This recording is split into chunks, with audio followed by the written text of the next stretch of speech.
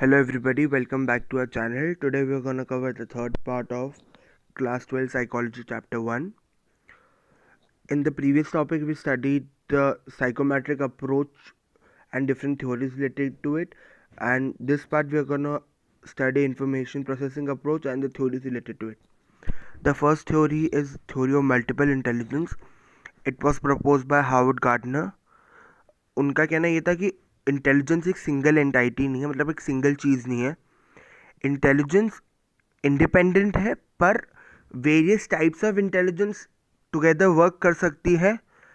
कोई intelligence for suppose इसमें बहुत सारे टाइप की इंटेलिजेंस आएगी, वैसे ही कोई कोई particular type of intelligence high हो सकती है, उस सेम पर्सन में other type of intelligence can be low. So it was the basic range of the multiple intelligence की theory. So there are various intelligence, particularly linguistic, logical, mathematical, spatial, musical, bodily, kinesthetic, interpersonal, intrapersonal, and naturalistic. This is very important. This can also come in your 6 marker. इसको learn करने का एक basic तरीका है. First आपको उसकी basic definition learn करनी है. देन आपको इसमें कीवर्ड ध्यान रखने. कीवर्ड क्यों ध्यान रखना है? क्योंकि इसमें एनालिसिस बेस्ड क्वेश्चन पूछ सकते हैं. एंड देन आपको एग्जाम्पल याद रखना है. एग्जाम्पल अभी समझ में आ जाएगा. For suppose linguistic. लिंग्विस्टिक क्या होता है? वर्ड से पता चला है skills involve in using and production of language. Language से रिलेटेड है लिंग्विस्टिक. लैंग्वेज इसका कीवर्ड है वर्ड स्मार्ट. वर्ड स्मार्ट का मतलब क्या होता है? वो different shades of words and meaning को समझ सकते हैं, उनको फॉर्म कर सकते हैं और उनको यूज़ कर सकते हैं. तो इसमें डेफिनेशन हो गई लिंग्विस्टिक की. देन इसमें हो गया कीवर्ड, हो गया वर्ड स्मार्ट. देन इसमें जो एग्जाम्पल है वो है poets and writers of course. Now the second here is logical mathematical. सबको पता चल रहा है कि ये scientific thinking, problem solving, reasoning based skill होती है. इसमें कीवर्ड है abstract reasoning, manipulate symbols, mathematical problems. ये है इसमें कीवर्ड्स. और इसका एग्जाम्पल कौन होंगे? Scientist and Nobel prize winners. तो ये पर्टिकुलर मेथड्स अगर आप इससे लर्न करोगे तो आपको ढंग से समझ में आएगा. Now the third here is special. Special क्या होता है? विजुअल इमेजेस को एंड पैटर्न्स को इमेजिन करना, उनको फॉर्म करना, उनको डिफरेंट यूज़ करना. अब इसमें कीवर्ड क्या होगा? Forming using transforming mental images. Forming using transforming mental images. Example pilot, sellers, painters, sculptures, architects, interior decorators. Now fourth is musical. Musical क्या होगा? म्यूजिकल रिदम्स, पैटर्न्स से प्ले करना, उनकी सेंसिटिविटी होना, नए फॉर्म्स ऑफ रिदम्स क्रिएट करना. इसके example क्या होंगे? Musical artist, singers, vocalist. Now fourth is bodily kinesthetic. Bodily kinesthetic का क्या मतलब होता है? जो कि बॉडी है उसके डिफरेंट पोर्शंस को यूज करना to construct certain images from the body और कंस्ट्रक्ट सर्टन पैटर्न्स. इधर कीवर्ड क्या होगा? Body flexibility, display and construction of bodily products. इसके एग्जाम्पल्स होंगे athletes, dancer, actors, sports person, gymnast, surgeons etcetera. Interpersonal. अब इधर दो चीज़ें, इसमें डिफरेंस भी बहुत बार आता है. Interpersonal, intrapersonal. इंटरपर्सनल होता है किसी और को समझना, किसी और के मोटिव्स, फीलिंग्स को समझना. वेयर एज इंटरपर्सनल होता है खुद की मोटिव्स एंड फीलिंग्स को समझना. अब पहले इंटरपर्सनल क्या होता है? दूसरों के मोटिव्स, फीलिंग्स, बिहेवियर को समझना. इसका एसेट कीवर्ड इंटर है, मतलब इंटर मतलब दूसरों से. और इसका एग्जाम्पल होता है psychologist, counsellors, politician, social worker. Intrapersonal क्या होता है? अवेयरनेस खुद के फीलिंग्स, मोटिव्स और बिहेवियर का. इसमें इंट्रा होगा कीवर्ड. और इसके एग्जाम्पल होंगे philosophers, spiritual leaders, writers and etcetera. Now the last is naturalistic. Naturalistic मतलब रिलेटेड टू एनवायरनमेंट. अगर कहीं पे भी एनवायरनमेंट, इधर कीवर्ड है एनवायरनमेंट, आ जाए तो वो हो जाएगा या नेचुरल वर्ल्ड, एनवायरनमेंट, या उससे रिलेटेड कोई पर्टिकुलर सिनोनिम्स आ जाए तो मतलब अपने को साफ समझ जाना है कि दिस इज नेचुरलिस्टिक. इसकी डेफिनेशन क्या होगी? Sensitivity to the features of natural environment, relationship human और एनवायरनमेंट के बीच में. इसके examples hunters, farmers, tourist, botanist etcetera. ठीक है ना। एक और इंफॉर्मेशन प्रोसेसिंग बेस की थ्योरी है which is triarchic theory of intelligence. इसको किसने दिया था? Robert Sternberg. इधर साइंटिस्ट के नाम बहुत अच्छे से कर रहे हैं बिकॉज किसी एक साइंटिस्ट के पर्टिकुलर पे आ जाएगी explain the theory given by Robert Sternberg. तो दिस इज वेरी इंपॉर्टेंट। उनने इंटेलिजेंस को कैसे डिफाइन करा था? The ability to adapt to shape and select environment to accomplish one's goals and those of one's society and culture. I guess it's clear. This is very self-explanatory. इसके में अभी एक flow chart आ जाएगा, उसमें आपको समझ में आ जाएगा कि इसके 3 पार्ट्स हैं which is componential, experiential and contextual. अब first we'll do componential. Componential को एनालिटिकल इंटेलिजेंस भी कहते हैं। इनके सेकंड नाम भी लर्न करने होंगे क्योंकि कुछ भी एग्जाम में आ सकता है, वी डोंट नो। इसका कॉम्पोनेंशियल का सेकंड नाम होगा एनालिटिकल इंटेलिजेंस। अब एनालिटिकल इंटेलिजेंस का क्या है? जो कि बेसिकली नॉवल प्रॉब्लम्स को सॉल्व करने में काम आता है। जो भी हाई होता है कॉम्पोनेंशियल इंटेलिजेंस में, वो स्कूल में सक्सीड कर सकता है because he has the intellect to learn things, to understand them and to present them in certain way that is good for him. Now इधर इसके इस कॉम्पोनेंशियल के अंदर भी 3 पार्ट्स हैं, knowledge acquisition component, Meta and the third is performance component. अब knowledge acquisition component क्या होता है? जो कि हमें चीज़ें एक्विजिशन मतलब एक्वायर करना, लर्न करना। जो हम इंफॉर्मेशन लर्न करने में जो हमारा कॉम्पोनेंट काम आता है that is knowledge acquisition component. Meta और हाई ऑर्डर कॉम्पोनेंट का होता है जो कि हमें प्लान करने में काम आता है कि उस चीज़ को कैसे करेंगे, how to do that. And the third is performance component which involves actually doing thing. अगर हमने इतनी प्रिपेयर करा तो करेंगे। फॉर एग्जाम्पल एग्जाम है, हमें लर्न करना है तो learn would be knowledge acquisition component. अब कैसे कैसे लर्न करना है, किस चैप्टर को किस दिन करना है, प्रॉपर्ली प्लान करना है, दैट वुड बी मेटा और हायर ऑर्डर थिंग कॉम्पोनेंट। और एग्जाम में वो चीज़ जो लर्न करी हो उसको लिख के आना, that is performance component. So I guess it's very clear. Now the second is experiential intelligence. Experiential intelligence को क्रिएटिव इंटेलिजेंस भी कहते हैं। Creative intelligence the second name. इसमें बेसिकली क्या होता है? पास्ट एक्सपीरियंस से हम लोग जो भी कोई भी प्रॉब्लम होती है उसको सॉल्व करते हैं।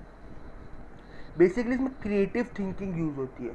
पर्सन जो इसमें बहुत हाई होते हैं ना, वो नई डिस्कवरीज और इन्वेंशन करने में बहुत अच्छे होते हैं। I guess it's clear. And the third and the last being contextual intelligence. Contextual intelligence को प्रैक्टिकल इंटेलिजेंस भी बोलते हैं। इधर कीवर्ड क्या है? स्ट्रीट स्मार्टनेस और बिजनेस सेंस। अब इसका बेसिकली मतलब क्या था? जो भी इन्वायरमेंटल डिमांड्स, इन्वायरमेंट का मतलब समझाया था पिछले लेक्चर में, अगर आपने नहीं देखा तो will link it down below. Environment का मतलब क्या होता है? जो भी हमारे सराउंडिंग चीज़ें हो रही है every day, that is environment.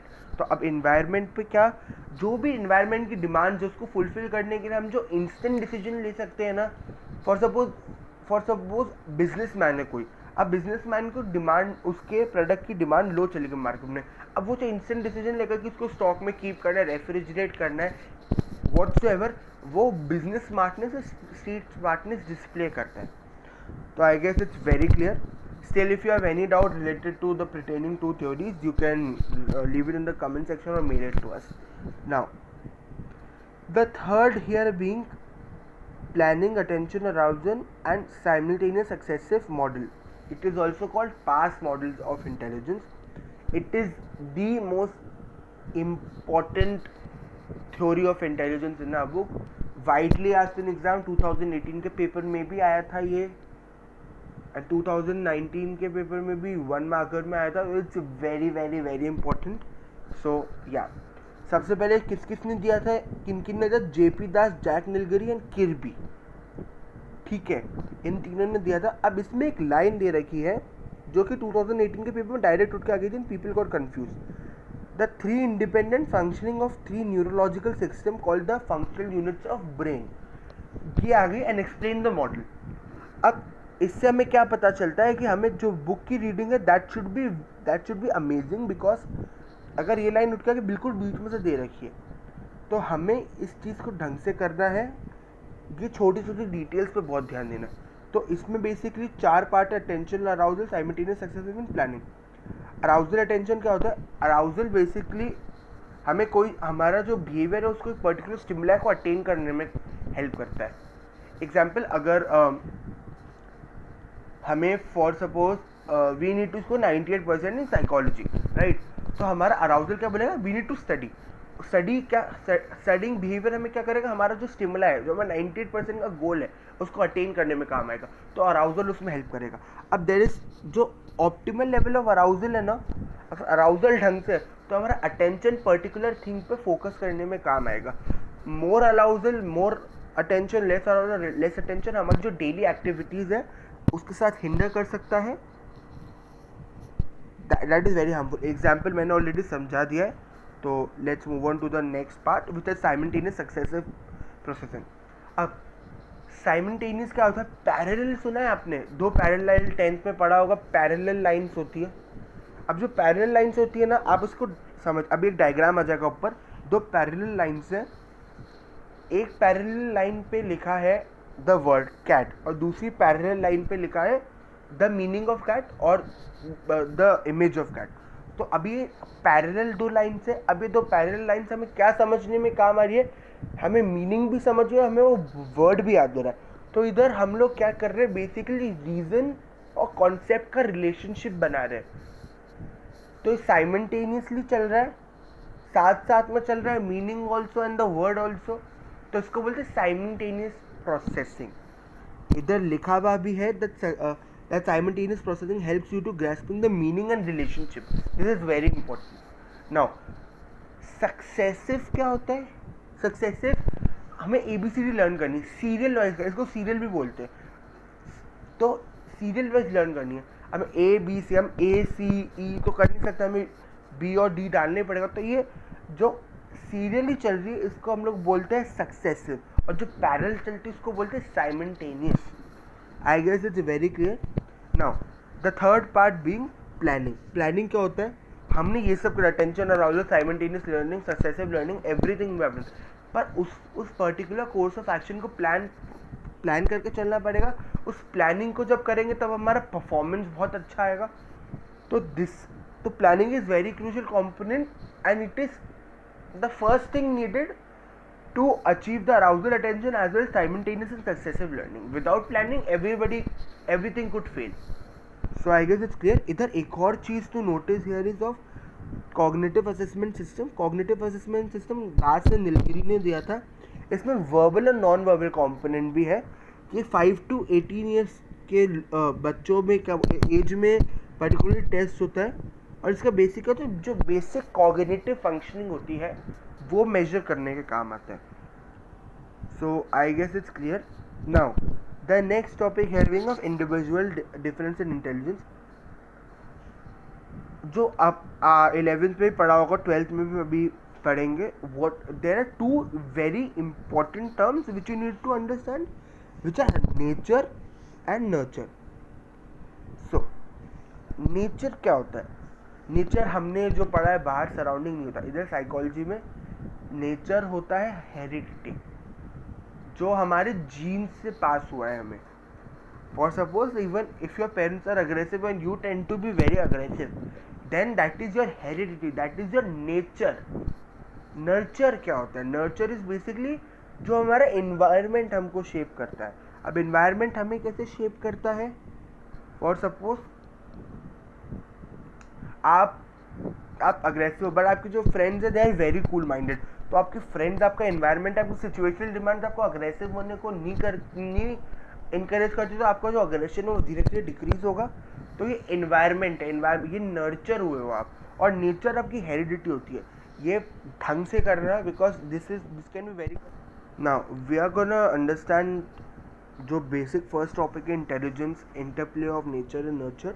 इसमें एक अभी टेबल आ जाएगी, आपको उससे पता चल जाएगा कि आपको क्या क्या लर्न करना है। सबसे पहले इधर आइडेंटिकल ट्विंस का जब हमने एक स्टडी हुई थी बेसिक, जिसमें हमें करना था कि हेरिडिटी का कितना रोल है ऑन इंटेलिजेंस, ठीक है। तो सबसे पहले तो आइडेंटिकल ट्विंस लिए गए थे, उनको सेम इन्वायरमेंट में रेज करा गया था, उनका इंटेलिजेंस 0.90 कोरिलेट हुआ। अब सेकंड में हमने दो आइडेंटिकल ट्विंस ले जिनका जो सेपरेट इन्वायरमेंट में पाले गए थे, उनका जो इंटेलिजेंस है वो 0.72% कोरिलेट हो। अब कोरिलेशन तो आई गेस सबको पता ही होगा क्या होता है। देन जो थर्ड था उसमें हमने फेटर्नल ट्विंस लिए, उनका कोरिलेशन 0.60 हुआ।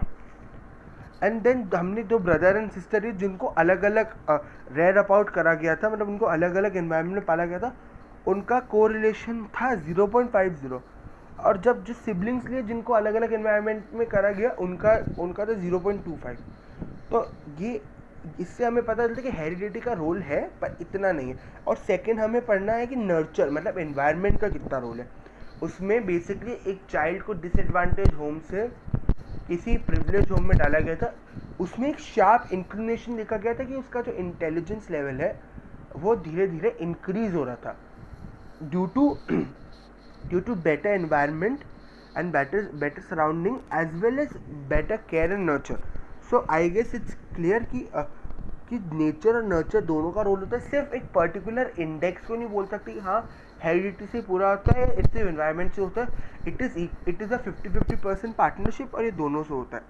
The second topic here being of assessment of intelligence, Alfred binning और थाइडिस साइमन ने हमें दिया था कॉन्सेप्ट ऑफ मेंटल एज। अब मेंटल एज क्या होता है, जो हमारे पर्टिकुलर जो हमारा जो ब्रेन है ना वो किस एज के हिसाब से काम कर रहा है। For suppose if a child is 3 years old but he knows a lot of things, his mental age can be 7 also।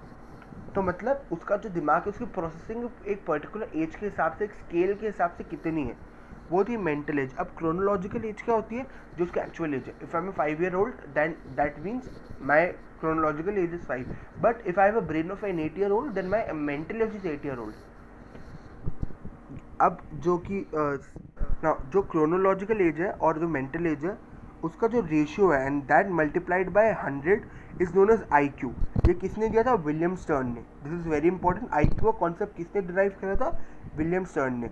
अब साइमन ने एक और चीज़ बोली थी, a person being 2 mental age year below the chronological age is known as mentally retarded और intellectually deficient. ठीक है, I guess it's clear. IQ concept बहुत इंपॉर्टेंट है। इवन ये भी आ सकता है कि पर्टिकुलर नंबर दे दो और आपको IQ कैलकुलेट करना, तो इसका फॉर्मूला आना चाहिए IQ equals to MA which is mental age divided by CA into 100। Basically percent निकाल रहे हैं हम लोग।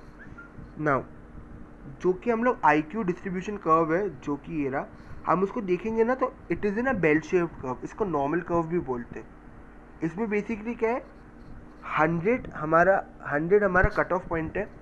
उससे पहले जो लोग हैं उनका जो वो धीरे धीरे they are going into intellectually deficient, और 100 से ज़्यादा लोग हैं they are going into very superior intelligence और इंटेलेक्चुअली गिफ्टेड। इसके बारे में हम लोग नेक्स्ट टॉपिक में ढंग से पढ़ेंगे। I guess I am very clear for today. If you still have any doubt you can write it down in the comment section. Please like, share and subscribe. Thank you so much for watching.